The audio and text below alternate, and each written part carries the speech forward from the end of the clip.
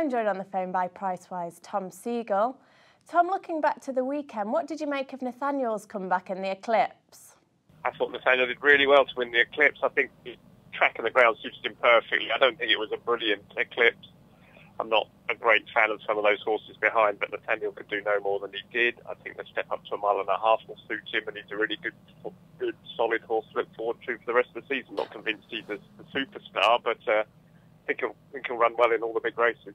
Is the King George his for the taking?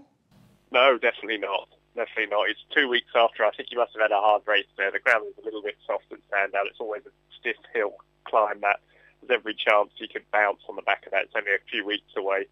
For me, St Nicholas Abbey is still the one to beat in the King George. Nathaniel will give him a race, but I'd prefer the Aidan O'Brien horse at this stage. And Nathaniel's sister, Great Heavens, was an impressive winner of the Lancashire Oaks. What would you have in mind for her next?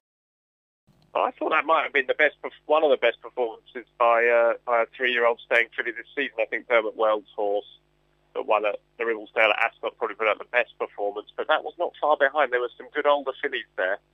I suspect John Gosnell will be looking at races like the Vermont Yorkshire Oaks for Great Heavens later on in the season. I think they're the right type of race for her. I don't know if she'll need the ground. Nathaniel likes the soft ground. She clearly likes the soft ground. I don't know how she'd fare on the fast ground if ever we got fast ground, but yeah, she was really impressive. And what else caught your eye at the weekend?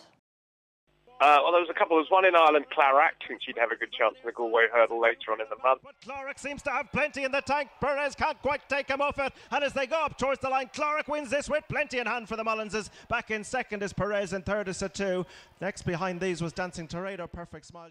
And there was a sprinter of Andre Farb's called Lockwood that ran a grade Group 3 in Maison Lafitte, I think it was, or one of those French tracks. And anyway, he's bred to stay 1.5 miles, but he clearly didn't stay a mile last time. Dropped back to 6 furlongs on Sunday and was really impressive. I think he could be one of those sprint goes on to take high rank. I mean, the French sprinters were second and third in the Golden Jubilee. I think they've got better sprinters than us.